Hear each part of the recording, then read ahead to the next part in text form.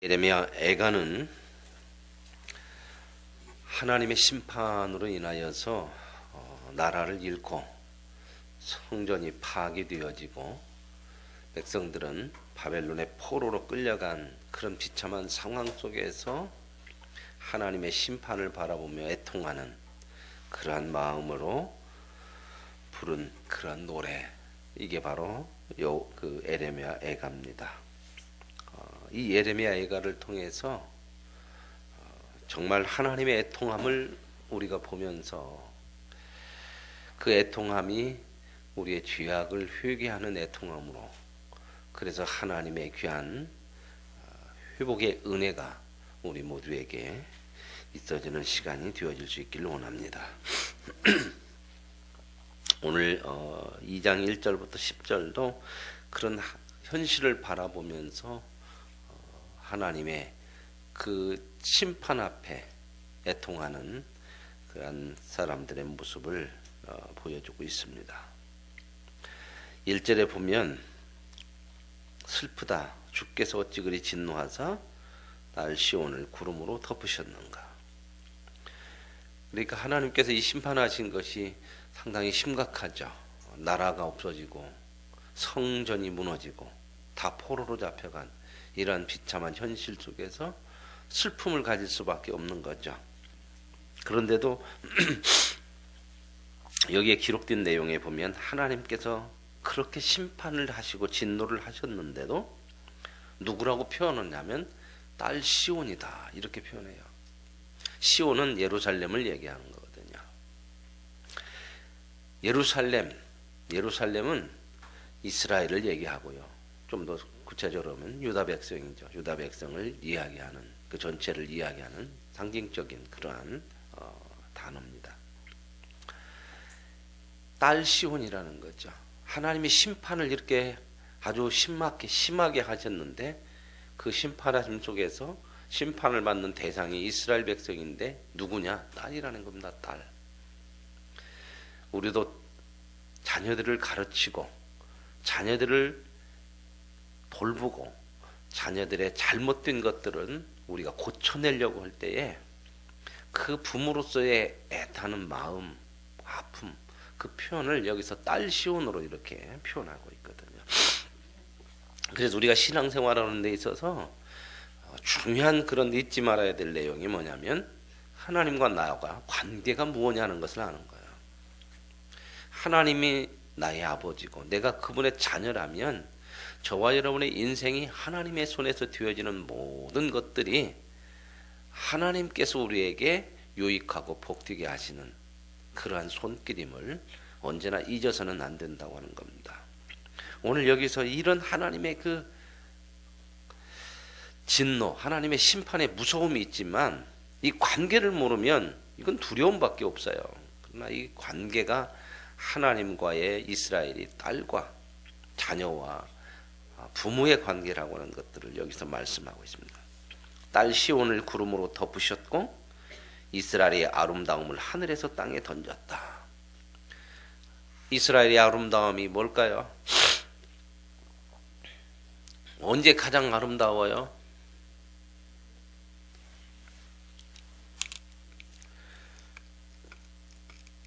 누가 가장 아름다워요? 언제 아름답냐고 하냐면 조금 어렵죠. 여러분 가운데 누가 가장 아름다워요? 자식들이죠. 자식들. 자식은요 뭘 해도 이쁘죠. 하나님께서 이스라엘을 향한 그 마음이 이거예요. 이스라엘의 아름다움, 하나님 앞에서 자녀됨의 그 아름다움, 그런 것들도 하나님께서 땅에 던지셨대요. 왜 던지실까요? 버려버리려고 던지겠습니까? 그의 진노의 날에 그의 발판을 기억하지 아니하셨도다. 여기서 발판이라는 것은 여러분 큐틴 책에 보면은 옆에 나와 있죠. 성전 및 성소가 파괴됨을 뜻한다. 발판을 기억하지 않는다. 하나님의 발판은 바로 하나님의 성전, 하나님의 성소를 의미하는 거죠. 그래서 하나님은 그 성전마저도 내던지고 성전보다 더 귀한 누구도 지금 이렇게 하나님께서 때리셔요? 자식을요. 이게 사랑이에요, 사랑. 여러분, 자식을 이쁨만 오는 게 사랑 아니요. 진짜 자식을 사랑하는 부모는요, 잘 키우는 거요. 잘 키우는 게 세상에서 성공하는 것이 잘 키우는 게 아니요. 이것을 못 벗어나면요, 자식 진짜 삐뚤어지게 키워요, 부모들. 그게 사랑인 줄 알아요. 하나님의 사람으로 바르게 키워야 돼요. 여러분, 세상에서 조금 성공 안 해도 괜찮아요. 목적을 거기다 두지 마시고 하나님의 사람으로 살아갈 수 있는, 하나님 앞에 아름다운 그런 자녀들로 키워내셔야 진짜 부모가 자녀를 사랑하는 거고 자녀가 하나님 앞에서 성공하는 거예요. 이거 잃어버리고 세상 성공을 향해서 가면 진짜 우리는 하나님 앞에서 잘못 되어지는 그런 부모의 교육을 눈으로 보게 돼요. 눈으로. 얼마 지나지 않아서. 여기서 하나님 말씀하시는 게, 딸도 이렇게 하나님 심판하시고요, 자기 이름을 두시고 자기 이름이 드러나고 예배하는 하나님의 성전도 이렇게 하나님이 다 파괴하시겠다는 거예요. 이렇게 아름답고 소중한 것들을 내버리고 하나님이 심판하시는 이유는 뭘까요? 그 사랑하는 딸 시온을 건져내시기 위한 거예요.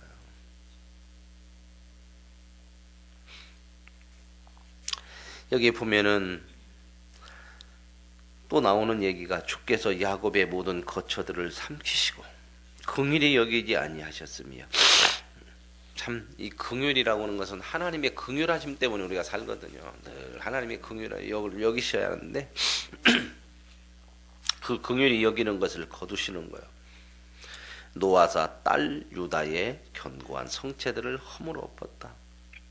유다의 딸 유다라고 또 계속 나오잖아요. 그 관계를 계속 말씀하면서 견고한 성체, 견고한 성체라는 것은 뭔가 믿을 만한 것, 든든하게 의지할 만한 것, 하나님 앞에 돌아오라고 그렇게도 뭔가 의지할 것이 있고 믿을 만한 것이 있으니까 안 돌아와요.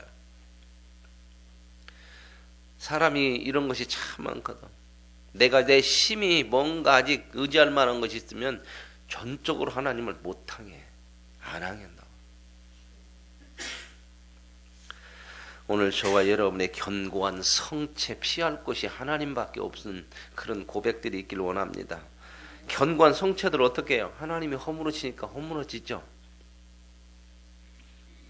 하나님의 은혜 가운데 살아야 저와 여러분의 인생이 견고해져요. 하나님을 떠나면 그 견고한 모든 것들도 한순간에 무너져요. 그 다음에 나오는 게, 성체들을 허물어 땅에 엎으시고 그 나라와 지도자들을 욕되게 하셨도다. 얼마나 이럴 때 부끄러워졌어요. 그런데 여기서 욕되게 하실 때는 하나님이 무슨 마음을 가지실까요? 하나님 자신이 욕된 거죠. 그죠? 여러분, 자식이 욕먹으면 누가 부끄러워져? 부모가 제일 부끄러워요.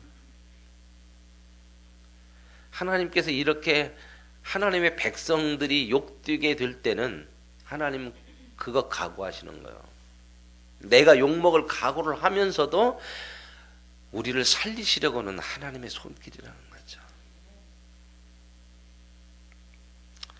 맹렬한 진노로 이스라엘의 모든 뿔을 자르셨다. 여기서 나오는 게, 뿔이라고 하는 것은 늘 권세, 힘을 얘기해요. 하나님이 아닌 것을 붙들고 크게 힘이라고, 그래서 하나님 앞에 돌아오지 못하니까, 안 오니까 그 힘을 다 빼버려, 뿔을 잘라버린다는 거죠. 그리고 원수 앞에서 그의 오른손을 뒤로 거두어 들이시고, 하나님의 오른손이라고 하는 건 늘 우리를 도우시는 그 능력을 얘기하는 거잖아요. 근데 하나님이 뒷짐져 버렸다는 거예요. 뒤로 거두어뒀다는 건 뭐예요? 하나님 뒷짐지고 손을 안 내미신다는 거예요. 여러분, 한번 생각해 보세요. 자녀들이 고통을 당하고 있는데 부모가 뒷짐지고 이렇게 쳐다보는 마음이 어떨까? 힘이 없어서 못하는 거 아니고, 물론 사람은, 인간의 부모는 힘이 없어서 못할 때는 애통해요. 그죠? 내가 어떻게 해줄 수 없어서 애통하죠. 근데 하나님께서 뒷짐지신다는 건 뭐예요? 뒤로 오른손을 거두셨다는 것은 그 아픔을 그 앞에서, 눈앞에서 꿀떡꿀떡 참으시고 삼키시면서 그 자녀를 고쳐내시려고 하는 거예요.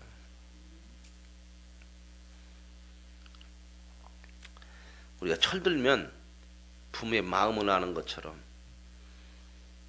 우리가 하나님을 사랑하고 철이 들면, 믿음이 커지면 하나님의 마음이 자꾸 와서 닿아요.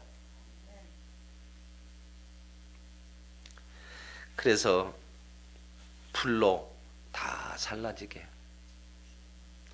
예루살렘이 불타고 전쟁으로 바벨론으로 해서 쑥대밭이 되고, 그런 폐허더미를 하나님 물끄러미 바라보시면서 어떠하셨을까? 힘이 없어서 구하지 못하는 것도 아니고 능력이 없는 것도 아닌 하나님께서 그 모습을 바라보실 때 어떨까? 한번 그 하나님을 이 새벽에 생각 한번 해보시기 바랍니다. 내 모습을, 비참한 모습을 뒷짐지시고 보시는 그 하나님, 내 앞에서, 그 앞에서 내가 불태워야 될, 무너뜨려야 될 죄악과 하나님을 향하지 않는 세상의 견고함을 아직도 붙들고 하나님을 바라보지 않는 그의 내 모습은 어떤 것인지 돌아보시고 회개할 수 있는 은혜가 있기를 원합니다. 이 예레미야 애가는 이 눈물을 흘려야 되는 거거든요. 이런 상황을 보면서, 이런 상황을 보면서도 기뻐하면 이건 정신 나간 사람이죠. 우리의 모습의 죄된 모습 앞에는 눈물을 흘리며 애통할 수 있어야 이게 진정 하나님의 백성입니다. 4절에 보면 원수같이 그의 활을 당기고 대적처럼 그의 오른손을 들고 서서, 하나님이 뭐같이 됐대요? 원수같이, 우리 원수같이. 그래서 지금 대적들이 와서 활을 쏘고 돌을 던지고 공격하는 것이 하나님의 손에서 하는 것이라는 거죠. 그러면 희망이 있는 거예요. 하나님만을 향하면 이건 지나가는 것이고 결국 그것마저도 유익되어지는 것인 줄로 믿습니다. 원수같이 그의 활을 당기고 대적처럼 그의 오른손을 들고 서서 눈에 드는 아름다운 모든 사람. 참 이 표현이 참 그러죠. 눈에 드는 모든 아름다운 사람들이라면 어떻게 할까요? 여러분 이런 표현 많이 하잖아요. 눈에 넣어도 누가? 에? 자식은 눈에 넣어도? 오늘 집에 가서 한번 넣어보세요. 눈에다가. 성경에 이 표현이 다 나오잖아요. 그죠? 눈에 드는 아름다운 모든 사람. 어떻게 했는데, 근데 하나님이요, 눈에 드는 아름다운 모든 사람을 죽였대. 너무 모순되잖아요. 그죠? 이 문자 그대로만 읽으면. 눈에 넣어도 안 아픈 애를 죽여? 뭘 죽였까요? 그 속에 있는 죄를 죽이는 거야, 하나님이. 부모는 이런 마음이 있어야 돼요. 자식들에 대해서요, 차마 매를 들지 못하면 안 되는 거예요. 매가 들어야 될 때는 들어야 되는 거예요. 저는 목사이기 때문에 성경적으로 교육하기를 원해요. 전문 교육자들의 교육의 방침도 학문도 이론도 이해할 수 있지만, 여러분 오늘날 보십시오. 그렇게 해서 교육이 나아지는 것이 뭔지, 학생들의 피교육자들의 인권을 존중해야 된다고 하는 건 100% 옳아요. 나쁜 거 아니에요. 그런데 오늘날 교육이 그것으로 치우쳐버리니까 가르치는 교사의 인권이 땅에 떨어져 버렸어요. 그게 좋은 것 같으죠. 내 자식 안 혼내고 매 안 들고 선생님이 좋은 것 같으죠. 한번 돌아보십시오. 지금 선생님들이 어떤 마음으로 자식들을 교육하는지. 내버려 두는 거예요. 내버려 둬. 괜히 말 한마디 잘못했다가, 요즘은 매뿐만 아니라 말 한번 조금 큰 소리 한번 나도 이건 고발당해요. 고발당. 그러면 자식들이 좋은 것 같으죠. 여러분 진짜 마음을 가지고 사랑으로 가르쳐야 될 선생님이 내버려둬 버리면 교육이 어떻게 됐다고요? 내버려진 거예요. 내버려진 거. 근데도 오늘날 부모들은 몸만 전부 이슈가 뭐예요? 교육부 장관 전부 이슈가 뭐 어떻게 하면 애들 공부 잘 시키냐 이거밖에 없어. 부모들이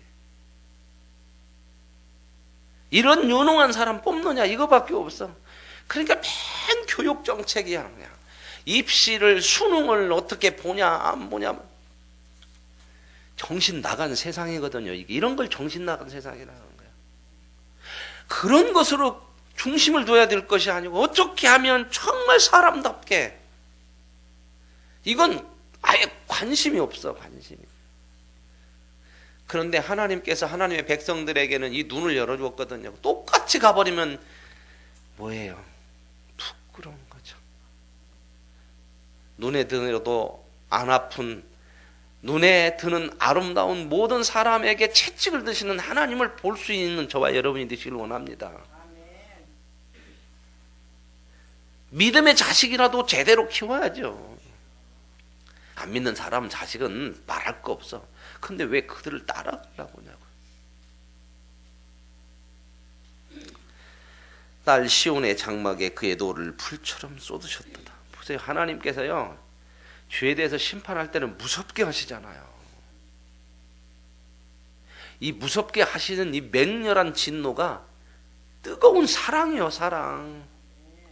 그러니까 우리는 사랑도 부모에 대한 사랑도 부모에 대한 자격도 다 하나님 앞에서 배워야 되는 거거든요.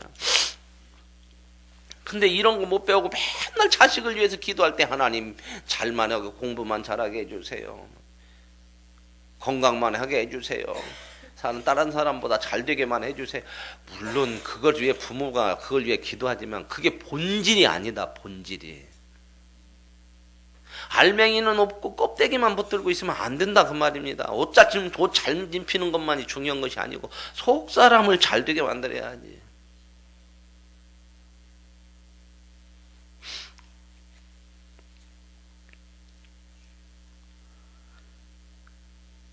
5절에 주께서 원수같이 되어 계속해서 그 말이 나오네요. 그냥 하나님이 어떻게 하는가 보세요. 죄에 대해서 자식을 가르치는 데서 주께서 원수같이 되어.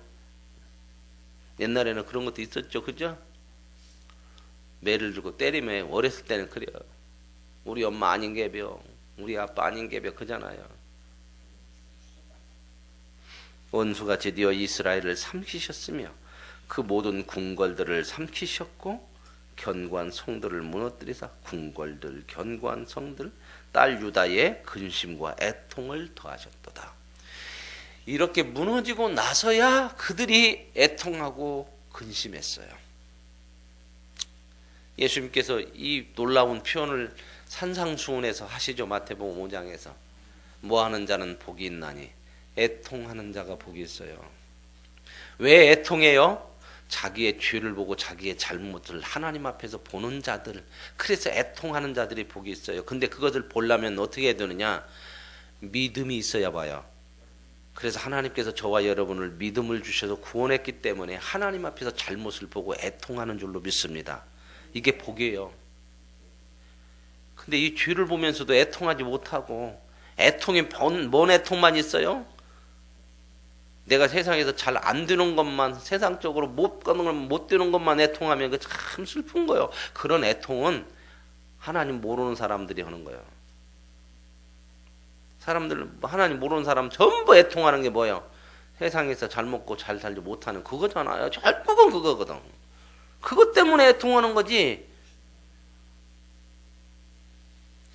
주께서 그의 초막을 통사처럼 궁궐, 성, 초막, 의지할 수 있는 거처 다 무너뜨렸다는 거예요. 왜요? 나라가 완전히 없어져 버렸으니까.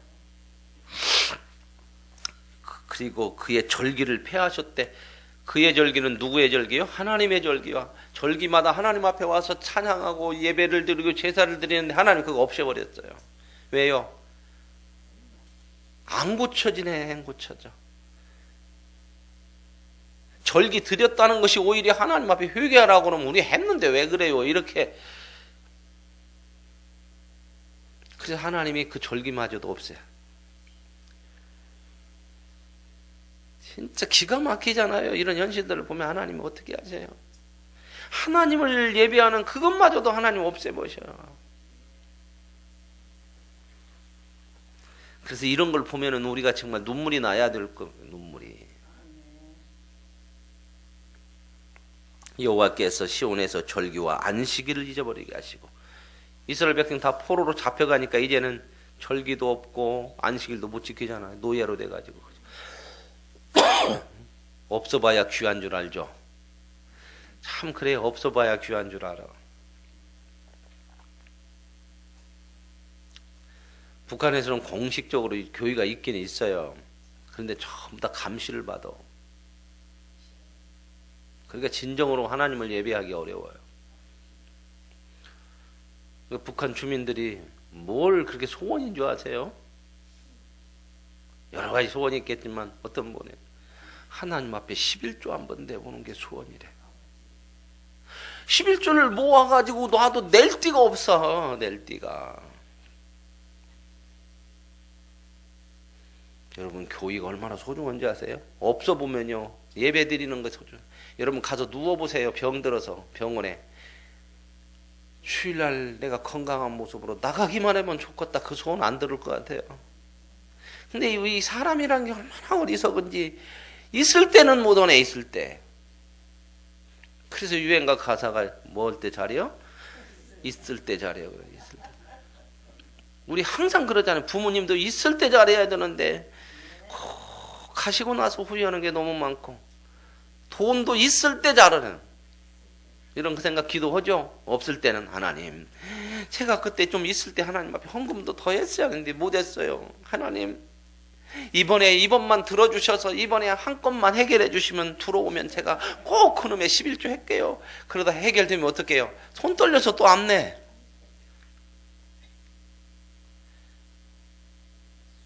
여러분 무엇이든지 있을 때 잘하세요. 건강도 있을 때 열심으로 주님 앞에 신앙생활하고, 물질도 하나님이 주신 것으로 있을 때 할 수 있는 만큼 믿음으로 하시고, 자식도 내 손에 있을 때 하나님 말씀대로 교육하시고, 얼마 안 있으면 내 손에서 다 떠나요. 얼마요? 중고등학교 들어가면 떠나기 시작이야. 그러면 얼마나 내 손으로 할 줄 알아요? 대학 들어가 보세요. 그때부터는 이제 먼 자식, 명절에나 보는 자식 돼요. 이웃만큼도 못 봐요. 뭔지 서는지 알아? 뭔지 더는지. 그거 못 따라댕겨요. 잘 말씀으로 가르치고 늘 자녀의 그 모습을, 믿음을 가지고 하나님 앞에 바르게 살기를 기도하시고, 그러면서 너무 아픈 얘기가 여기 나와. 그가 진노하사 왕과 제사장을 멸시했어요. 왜요? 뭐 나라가 있어야 왕이 필요하고 성전이 있어야 제사장이 제사를 드리는데 다 없어졌으니 얼마나 이게 부끄러운 거야. 그 다음에 보세요. 하나님이 이렇게, 여호와께서 또 자기 제단을 버리시고 자기 성소를 미워했대. 자기 것 얼마만큼 귀하게, 하나님의 성전이고 하나님의 성소인데 자기 거잖아. 그것 부술 때에 그 아픔이 어떨까. 이게 하나님의 사랑이에요. 사랑. 그의 성벽들을 원수의 손에 넘기셨으며 그들이 여호와의 전에서 떠들기를. 그들이라는 것은 이제 이방 사람들이 쳐들어와서 하나님의 성전에서 뭐 어디요? 장터같이 노네. 거기서 하나님을 예배해야 될 곳에서 그냥 하따 이게 뭐냐, 가져갈 거 가져가자 뭐 이렇게 돼버렸다는 거죠. 그랬는데 절기의 날과 같이 하였도다. 절기의 날은 망하기 전에는 이스라엘 백성들이 절기 되면 하나님의 성전에 와서 하나님을 찬양하고 이런 소리들이 많았을 거 아니에요. 근데 지금은 어떻게 됐어요? 세상 사람들이 들어와서 완전히 돗대기 시장 같이 만들고 다 가져만 가려고 이런 거죠. 저는 이 마음속에서 뭘 한번 들여다봤냐면, 지금 이 사람들이, 이방 사람들이 성전에 들어와서 뭐 하나님이 뭔지 알겠어요? 막 그냥 떠들고 다 때려 부수고 좋은 거 있으면 가져가고 그런 소리만 들리는 것처럼, 이스라엘 백성들이 성전이 있을 때 절기를 지킨다고 여기 와가지고 무언 소리로 떠들었을까? 하나님이 그렇게 바르게 예배하고 진심으로 예배하고 그랬을 때에 소리는 컸는데 그 소리 속에 하나님이 원하시는 마음, 그 사랑, 그것이 있었나? 그때도 이런 것처럼 떠들었지 않았나? 그런 생각을 해보면서 오늘 저와 여러분이 이 시대에 하나님 앞에 나와서 예배할 때에 세상 사람들이 떠드는 소리 정도밖에 되지 않으면 그거 얼마나 부끄러울까? 예배라고 그런 것은 하나님을 높이는 거거든요. 그게 회복이야. 여호와께서 딸 시온의 성벽을 헐기로 결심하시고, 그냥 표현들이 막 너무 막 마음이 아프더라고. 새벽에 보는데 이 결심을 했대. 막 못 온다고. 내가 이거 다 때려 부시기를 결심해. 하나님이. 왜요? 이거 자식들 놔둬서는 도저히 안 되네. 부모도 그러잖아요. 내가 이 자식 어떻게든 저기 결심 안 해요? 그런 결심들을 좀 하셔야 돼요.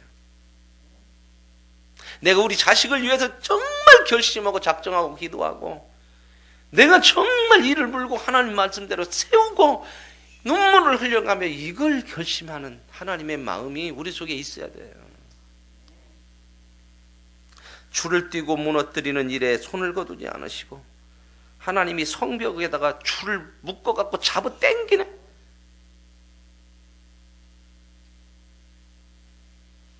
성벽과 성곽으로 통곡하게 하셨으며, 이렇게 무너져가지고 이스라엘 백성들이 지금 예루살렘이 다 없잖아. 성전이 무너져서 하나 남은 게 있어요.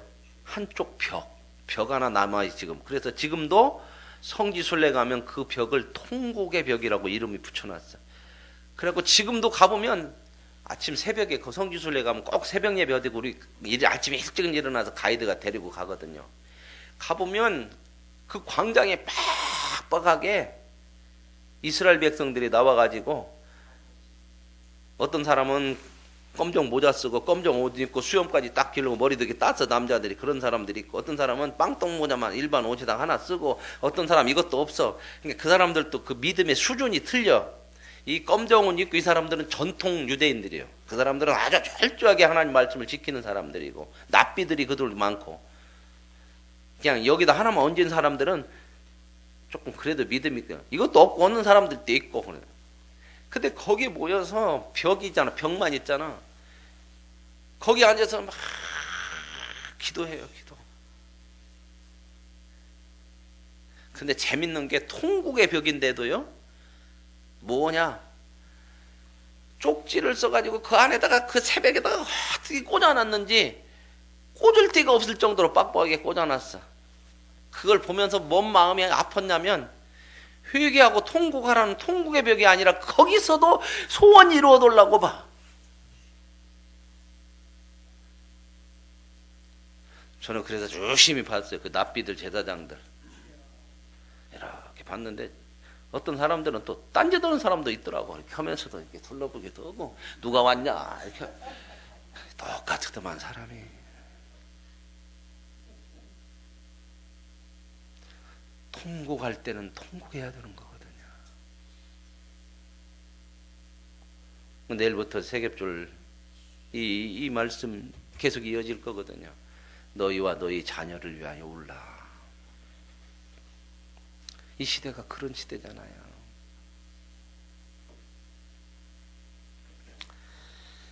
성문이 땅에 묻히고 빗장이 부서지고, 영과 지도자들이 율법 없는 이방인 가운데 포로로 잡혀가고, 성의 선지자들은 여호와의 묵시를 받지 못하고, 그렇지. 하나님의 말씀이 없으면 안 되잖아요. 저와 여러분의 10년 가운데도 하나님의 말씀이 들려지지 않으면 황폐해져요. 정말 우리가 하나님 말씀을 묵상하지 않으면 황폐해진단 말입니다. 그래서 큐티를 하자는 거예요. 말씀 묵상을 좀 매일 해보자. 말씀으로 한번 시작을 해보자. 그 말씀을 마음에 담아가지고 살아보자. 황폐해진 우리 심령에 하나님의 음성으로, 하나님의 사랑으로, 하나님의 능력으로 채워서 우리의 심령을 묵은 땅을 기경하고 씨를 뿌려서 풍성한 하나님의 은혜들이 넘쳐나고 사막이 물이 샘솟는 그러한 인생으로 살아보자 그거죠. 딸 시온의 장로들이 땅에 앉아 잠잠하고 티끌을 머리에 덮어쓰고 굵은 배를 허리에 둘렀다. 이건 회개잖아요. 이게 하나님이 원하시는 거였어요. 근데 이걸 그렇게 안 하니까 하나님이 자기 성전, 자기 나라, 자기 딸들까지도 무너뜨리셔. 그랬는데 결국 이렇게 되고 나니까 이제 티끌을 뒤집어 쓰고 베옷을 입고 하나님 죄 때문에 그러군요. 잘못됐거든요. 오늘 저와 여러분 이 하나님의 손길 앞에 심령으로 애통할 수 있는 은혜가 그게 은혜거든요. 오늘 이 새벽에 우리의 심령 속에 채워지셔서 그 속에서 우리를 만지시고 치유하시는 하나님의 손길을 볼 수 있는 복된 시간이 되시기 바랍니다. 하나님 아버지, 너희와 너희 자녀를 위하여 울라고 말씀하시며 오늘 또 애통하는 심정을 보여주신 아버지, 하나님의 말씀에 귀 기울이지 않는 우리의 죄로 인하여 하나님의 진노가 있음을 보게 하여 주시기를 원합니다. 우리 스스로가 힘이 되어서 견고한 성을 의지하고 내 힘을 의지하고 나의 능력을 의지하며 하나님을 멀리했던 것을 회개합니다. 티끌을 머리에 덮어쓰고 베옷을 입고 하나님 앞에 돌이킬 수 있는 긍휼한 마음을 주시옵소서. 예수님의 이름으로 기도합니다. 아멘.